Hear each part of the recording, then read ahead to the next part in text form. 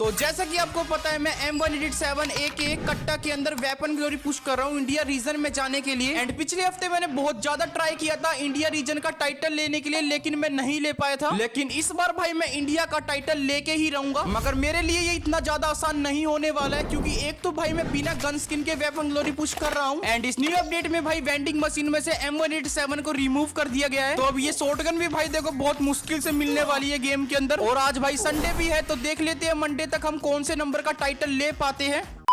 तो आज के पहले मैच में भाई मैं आ जाता हूँ सीधा पीक के ऊपर। एंड जब से भाई वेंडिंग मशीन में से कट्टा को रिमूव किया गया है ना भाई, उसको ढूंढना बहुत ज्यादा मुश्किल हो रहा है। तो अगर आपको पता है भाई M187 कहां पर इजीली मिल जाएगी तो आप मेरे को कमेंट करके बता सकते हो, मेरी थोड़ी सी हेल्प भी हो जाएगी। बाकी इस बार भाई पीक के ऊपर काफी ज्यादा बंदे आए हुए थे, इसलिए मैं फाउंटेन एरिया की तरफ उतर जाता हूँ। एंड यहाँ पर उतरते ही मेरे को थॉमसन मिल जाती है, जिसको लेकर भाई मैं अंदर की तरफ चला जाता हूँ। एंड यहाँ पर भाई कट्टा को ढूंढना शुरू कर देता हूँ। उतने में ही मेरे सामने की तरफ भाई एक एनिमी भी आ जाता है। एंड जैसे ये मेरे को फायर करता है, मैं थॉमसन का रेड नंबर मार के इसको सोनिया बनाता हूँ। एंड ये काफी इजीली भाई फिनिश भी हो जाता है। एंड फिर उसके बाद मैं दोबारा से भाई कट्टा को आसपास ढूंढना शुरू कर देता हूँ। एंड भाई मैं पीक को ना बिल्कुल अच्छी तरीके से लूट करता हूँ, बट मेरे को कहीं भी कट्टा नहीं मिलती है। और एंड में जाकर भाई एक शांतिनो यूजर मेरे को यहाँ पर हेडशॉट मार के फिनिश कर देता है, और पहला मैच आज का पूरा बर्बाद हो जाता है। एंड पता नहीं भाई मेरे साथ ही ऐसा क्यों होता है, जब भी मैं किसी गन के अंदर ग्लोरी पुश करना शुरू करता हूँ ना, वो ही गन भाई मेरे को गेम के अंदर नहीं मिलती है। मेरे को कमेंट करके बताओ भाई कितने बंदों के साथ ऐसा होता है। तो अब एक बार फिर से भाई मैं पीक के ऊपर आ जाता हूँ। एंड इस बार देखते भाई मेरे को शॉटगन मिल पाती भी है क्या नहीं। बाकी यहाँ पर उतरते ही मेरे सामने एक बंदा आ जाता है और इसको भाई गन भी मिल जाती है। तो मैं ऑस्कर का स्किल यूज करके जल्दी से अंदर आता हूँ। एंड यहाँ पर मैं ग्लू वॉल लगा के भाई रास्ते को भी पैक कर देता हूँ, और फिर यहाँ पर लूट करना भी शुरू कर देता हूँ। और यहाँ पर मेरे को भाई एनिमीज के ना बहुत ज्यादा फुटस्टेप आने लग रहे थे। सामने से भाई एक एनिमी भी आ जाता है। एंड यहाँ पर भाई मैं गन ही स्विच करता रह जाता हूँ, लेकिन उसके बाद मैं टॉमी गन को स्विच करके भाई इसको बॉडी से यहाँ पर फाइनली खत्म कर देता हूँ। एंड मेरे को इस टाइम भाई कट्टा चाहिए थी, इसलिए मैं इस एनिमी की ना पेटी भी लूट नहीं करता हूँ। और यहाँ पर दोबारा से भाई कट्टा को ढूंढना ना मैं शुरू कर देता हूँ, लेकिन ये एनिमी भाई मेरे को ढंग से ना यहाँ पर लूट ही नहीं करने दे रहे थे।